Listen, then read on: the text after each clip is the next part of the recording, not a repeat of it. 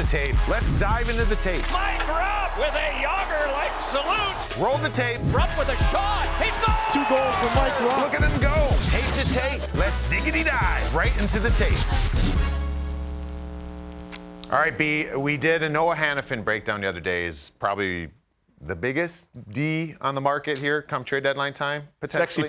Sexy pick. A lot of different things that he brings to the table. So it's got me thinking, like, all right, let's keep digging in some of these. Maybe some of them that are maybe not as highly profile as a Noah Hanifin.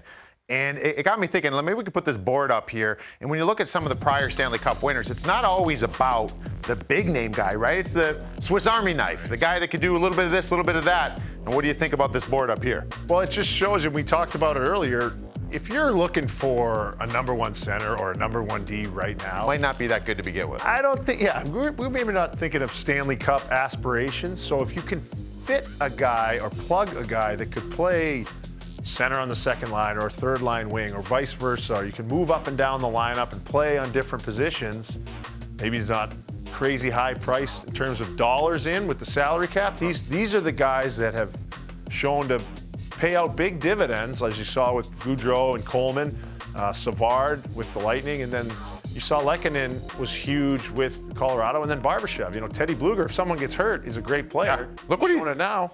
He's been fantastic. Look what Teddy's doing right now in Vancouver, and he didn't even play in the playoffs. But anyone gets hurt, it's still the Vegas Golden Knights, because that's what you're kind of looking for. You want more depth. You've shown that you're a contender during the season. Now, what's your insurance plan, or how can we get just a little bit better to get over the hump? You need some versatility, and that leads us into a guy that's a penny UFA, and he's coming from a team that's in a playoff push themselves, but we're going to go down to Philly, and we're going to check out Sean Walker. And this is a player that I really like his game, and even when we go back to it, and I find it really interesting, when you go back a couple years ago, remember all the D injuries that the LA Kings had? They had Drew Doughty out, Mikey Anderson out, Sean Walker out, and Matt Roy out. They had all 4 of those guys out, which opened the door for Sean Durzi. Right. Sean Durzi got that opportunity. We saw what Sean Durzi did. Now he's in Arizona.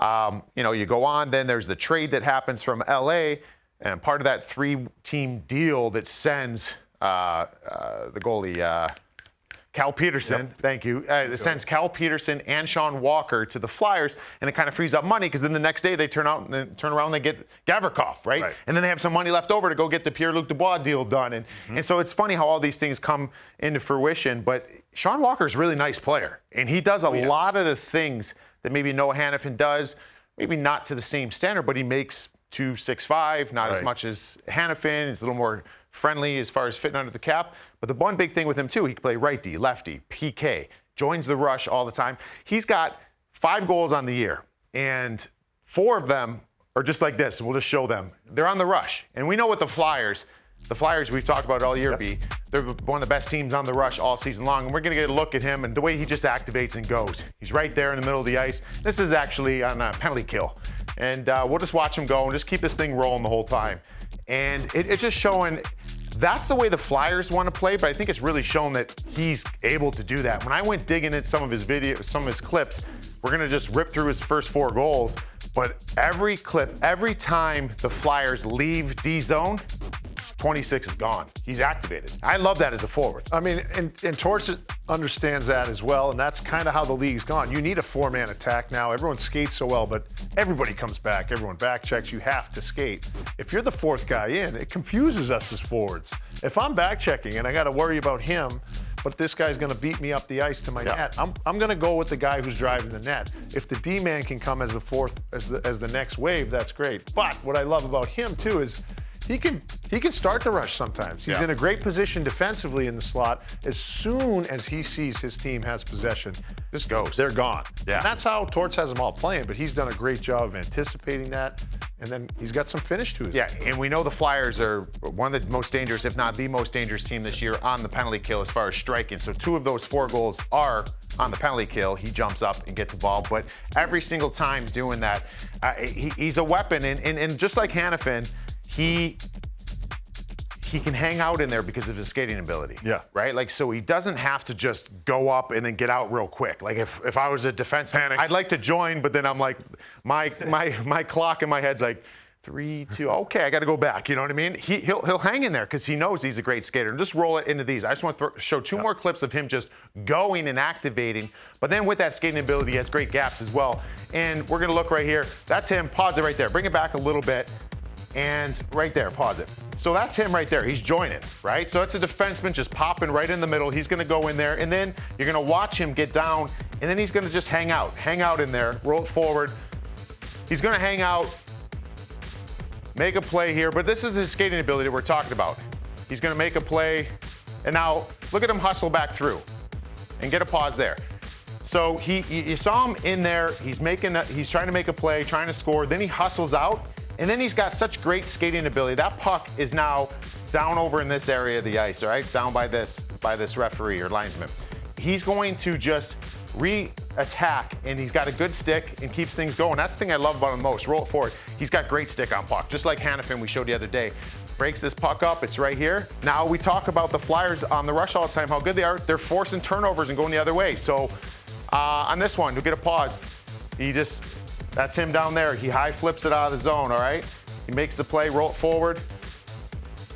And this play is going to continue. It's going to keep going. And then, where's this? Where's he going to jump here? Oh, wrong clip. This clip. All right. Good high flip, though. The good high flip. Good high flip. All right, so this one I want to show him. This is with his good gaps. This is skating ability here, too. He's got a good gap. And again, this is what I love about him, too, because he could play right D, left D. Oh, he's very versatile. And watch the way, I love his gap that he has all over the ice. Roll this forward.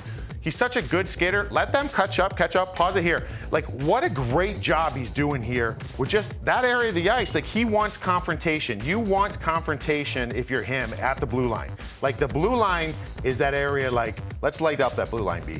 That's where I want confrontation, right? Because you're going to use that that's a weapon for you. Because you know that you could drive the other team off sides, but you want that to be here. You don't want to give up that blue line it's like and let it go. Chipotle for lunch. It does, yeah.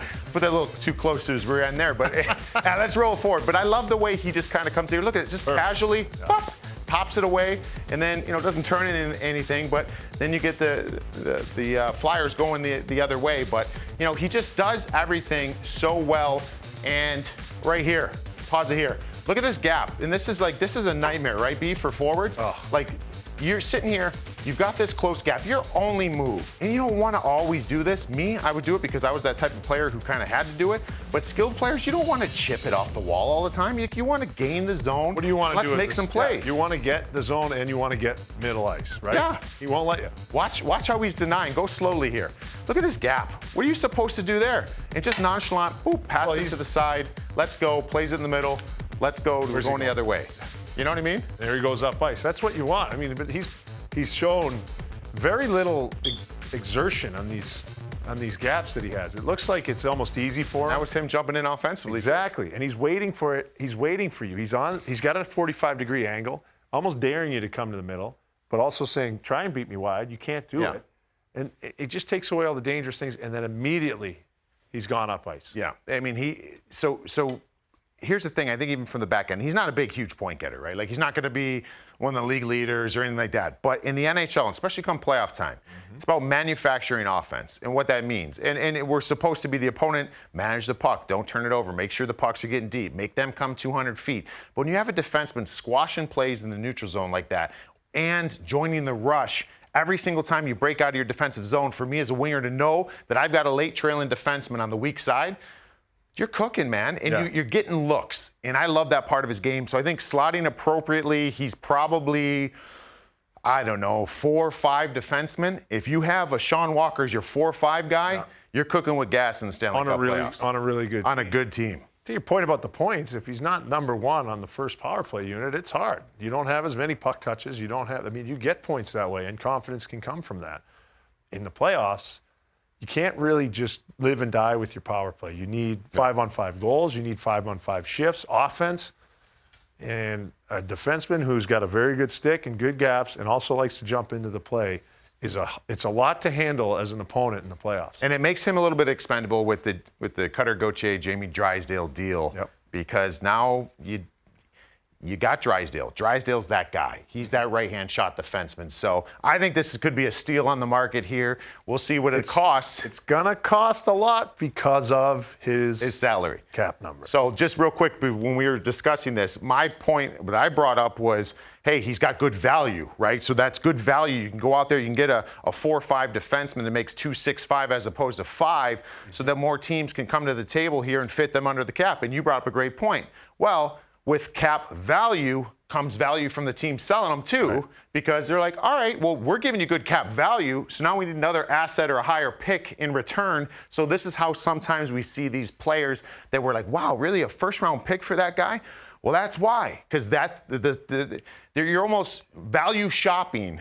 Exactly. For a team, and they're like, all right, well, we've got the value shopper for you guys, but you're going to have to give us a higher pick in return. And if Danny Briere wants to trade him, and who knows what they're going to do with him, but he's been out there, and you want to retain a little bit of that, maybe a pick and now as a prospect or multiple prospects, it changes everything, and it adds to a position of strength. I think Danny Briere is dealing with, and who knows? He's a nice player. Maybe Philly wants to keep him. We'll see, but they have the option right now, and I think they could do really well in terms of what they would get back, and he would help, I think, pretty much every team. Every team, right in the middle of your lineup. So keep an eye on for him. And also Nick Seeler. I love him. We didn't even talk about him.